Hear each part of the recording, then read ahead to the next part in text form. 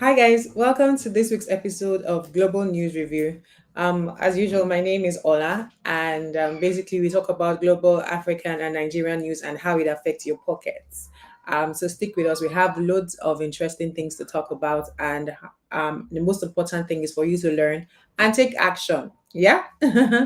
So let's get with it. Of course, you know that you should say hi.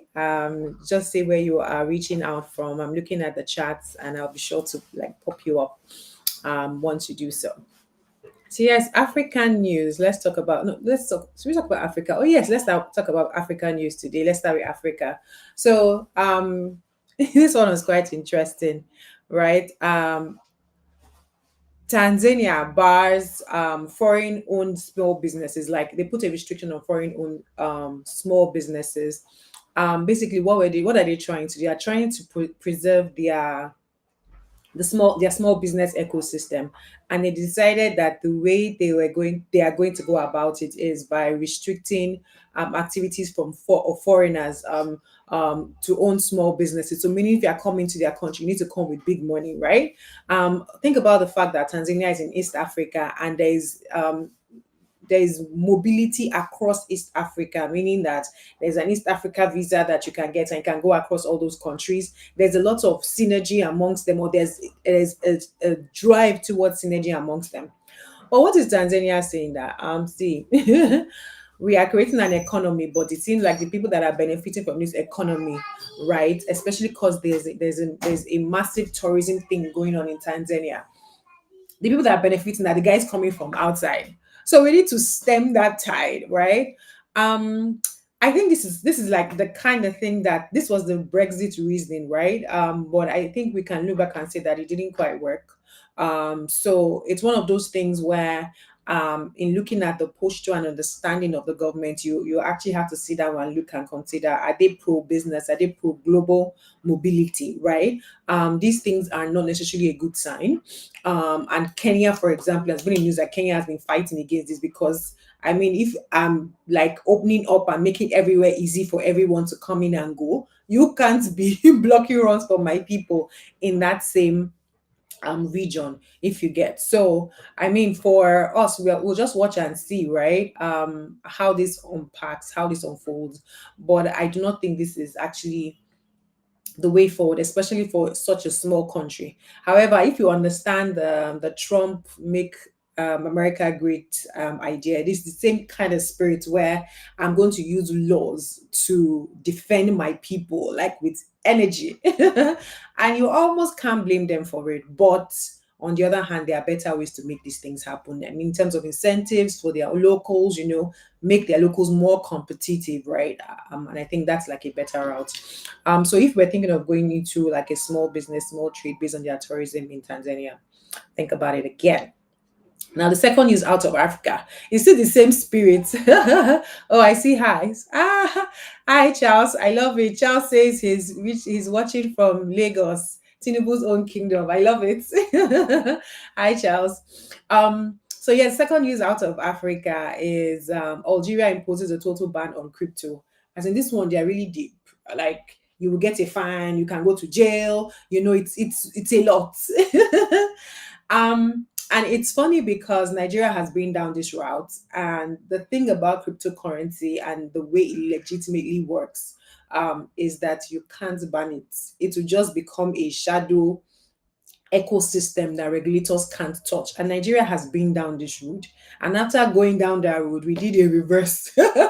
And we are trying to find a way where, okay, don't hide, come, let's know who the legit people are. And also, in the scheme of things, right? I honestly do not think this is progressive. I honestly think that the people that will most likely suffer the most from this kind of ban are the locals. Why? Because they will still use cryptocurrencies. But now, because there's no regulation, they are more likely to get caught in shady deals, in fraud. Do you understand? Like, because there's nobody to report to, nobody's actually putting an eye, nobody's saying these are the legit people, go with them. If you get. But then on the other hand, if you hear creep, big, in in Algeria, not that you can go to jail. So your apps, all those things, I can just imagine. I mean, we know how we do in Africa, right? I can just imagine how a policeman can stop you and say, "Let me see the apps on your phone." Things like that. Because there must be no mention of cryptocurrency anywhere in the country, like no form of engagement in that ecosystem. That is the current law. And also just be on the lookout, especially if you're a visitor. If you are black, right, that you might not necessarily look like a foreigner.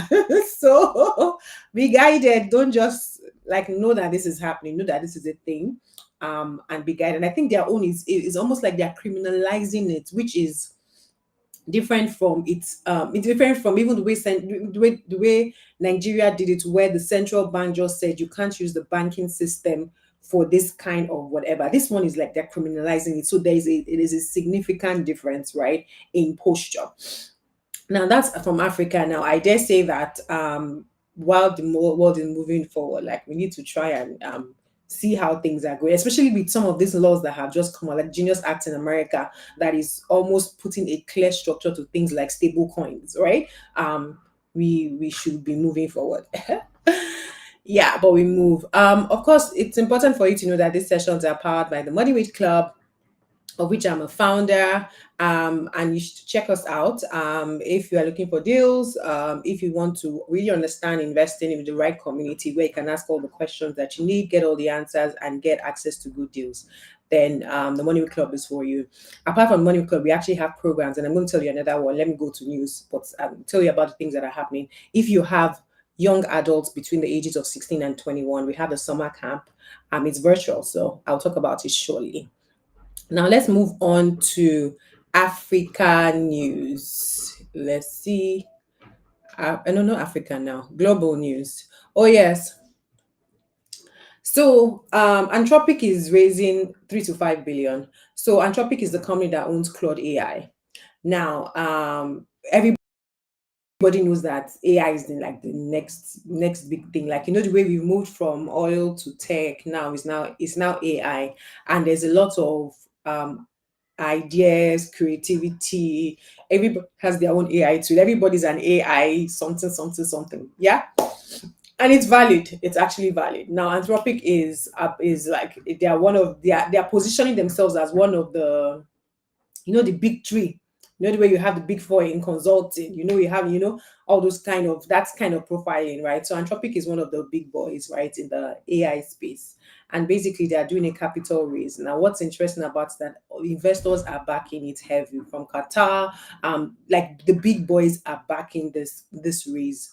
What are they trying to do? They're trying to expand their own AI positioning is like ethical AI, the use of ethics in AI, or the use of constitutional AI, right? That's the word that they use, where um it's almost an ethical AI tool. We're not trying to go crazy. We're not trying to mess with people's minds. We're not trying, we're constitutional. And I mean, and they're trying to position themselves for corporates. And it's actually quite exciting. Now, it's still a private equity driven company. So it's not like you can go to the stock market in America and buy some units of Anthropic, right? But what literally is important to note is that, number one, as much as it's exciting, blah, blah, blah, and they are making money, no doubt, but they are still not breaking even yet. They are still in a loss position. Does that sound familiar with venture capital and private equity? Yeah. So it's important to know that whilst it's exciting and you can see how big money is going behind these things, the fact that these big money people have so much money that if it goes down the drain, they will still be fine. So understand that. So also understand that there is a risk, because it is the person that like sort of finds the tool that clicks, and like everybody adopts and can't do without, that wins the game. Like that's literally it. And it's the fight for that they are all gunning for, right? So whilst we are all excited about AI, I think for everyone it's to actually look for AI tools that are not trying to push you out of where you are, but that are like jumping on your workflow. Because the way I see AI, right, AI is going to evolve faster than even tech computing did, right? Why? Because it's almost like it becomes intelligent by itself, right? And it becomes such that when you are looking at AI, you are looking at something that is going to improve what you're already doing, not trying to take you to a new place. That is the AI that will work. So I think AI is going to be democratized quite quickly. So when you are investing, think wisely. Like think, slow down and think. How scalable is this thing? How much can we not do without it? If you understand. Yeah, so that's for Anthropic. So yeah, big ups to them. They would announce the close when it is done. It's between three and $5 billion. That's a lot of money. Yeah.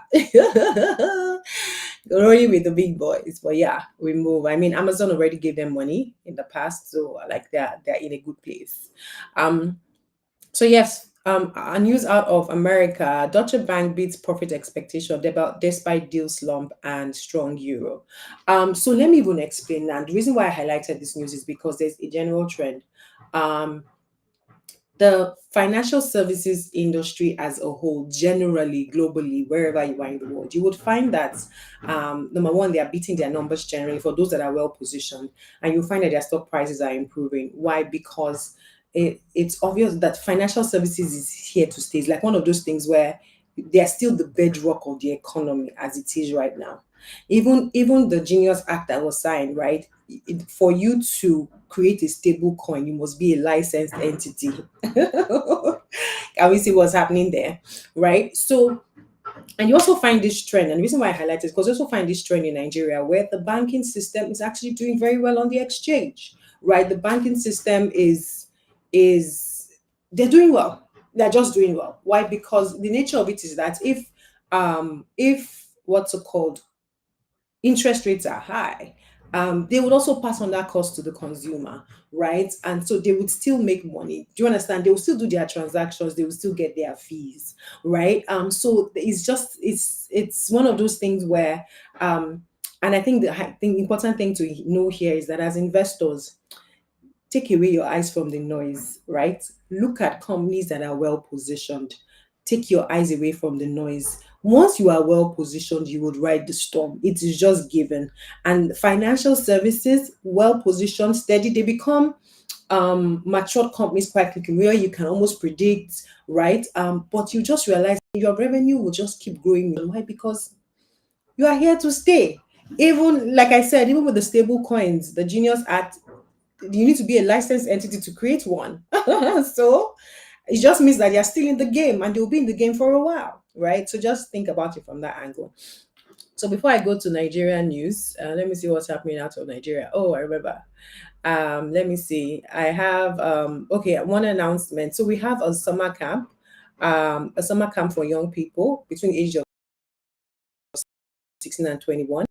It's a faith-based summer camp, and of young people, their idea and their goals around what their future should look like, the amount of money they should have, is largely driven by social media. And what that means is that it is very fickle. It is very it's vibes and inshallah. It's driven by the outside. It's driven by people that are taking pictures in front of rented cars, if you get what I mean.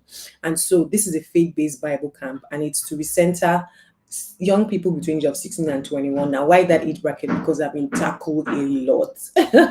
I've been tackled a lot. But the reason for that age bracket is because they are like somewhere in between. They are adults, but not yet adults. They're in that phase where they're making so many decisions.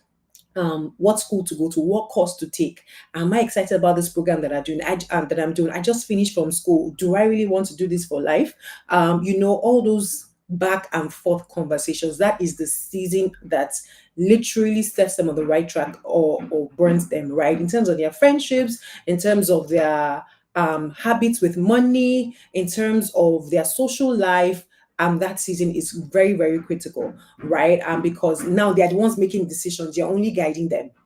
Do you get? And if you guide them and they don't agree, it's quite critical. Anyways, that is the season that we're targeting, right? And we want to say, okay, you see all these things on social media, but um this is how to make money. This is how to manage it. This is how to multiply it.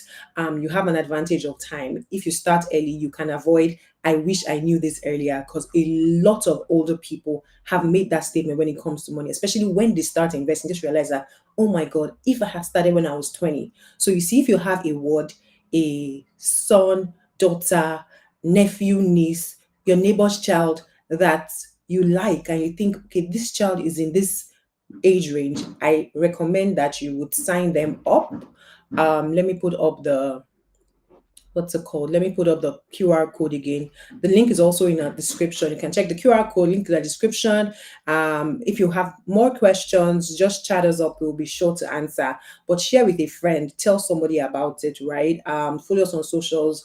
Share. And then, I mean, in fact, the interesting thing about it is that I love the breakout sessions. Let me even see if I can pop them up. Some of the breakout sessions are going to be quite interesting. So we have someone coming to talk about trading. Let me see. Um, Someone's come and talk about trading. He's a trader, so he used to trade before, and he's going to talk about trading versus investing, right? Which is such a high topic, a hot topic. Ah, then we have the cryptocurrency babe. Let's talk about the cryptocurrencies. Then we have someone who is, how will I describe her?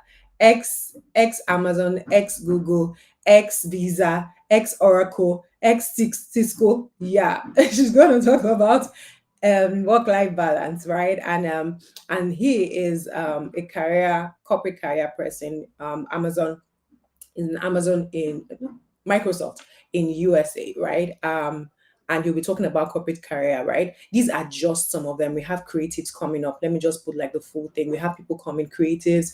We're going to have a vision boarding session. It's going to be lit, right? So if you have friends that would benefit from this, you have siblings, wards, I highly recommend, right? You don't want to miss this. It's for 3 days, it's 3 hours a day, and it cuts across the different time zones. It's virtual. Yeah, so check it out. Thank you. Back to regular programming. Finally, Nigeria. So this one is quite interesting because Coca-Cola sells. Let me see. I need to set something up on my um so Coca-Cola has sold Chi to UAC. Now, there are two sides to it. There is, oh, why is Coca-Cola exiting? And then why is UAC buying? So one of the things that you need to see that is happening is there's a trend of local companies taking over, from Shell and Renaissance to Seplat and Mobile. That's on the energy side. And there's just that trend. Why? Because the terrain is actually tough. Let us give it to ourselves in Nigeria. It is tough. It is really tough to stay in Nigeria as a business person, especially with exchange rates. So you might be making a lot of money, but when you convert it to your local currency, it's almost like, what is all the stress for compared to other clients, right? So it might not be bad in terms of revenue, but in terms of the effort versus reward, especially with this exchange rate move, right?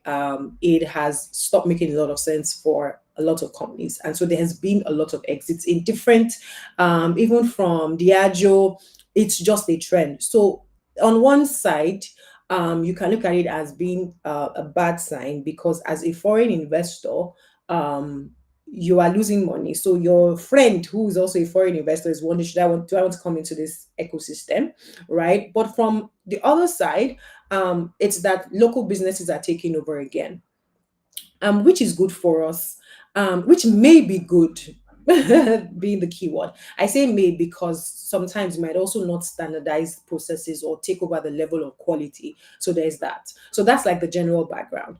But in this situation, I mean, UACN has been in the game for a really long while. So them taking over our juicy drinks and Hollandia from Coca-Cola, I dare say that we expect that they will do well with it. The stock market was excited about it because UACN is listed on the exchange.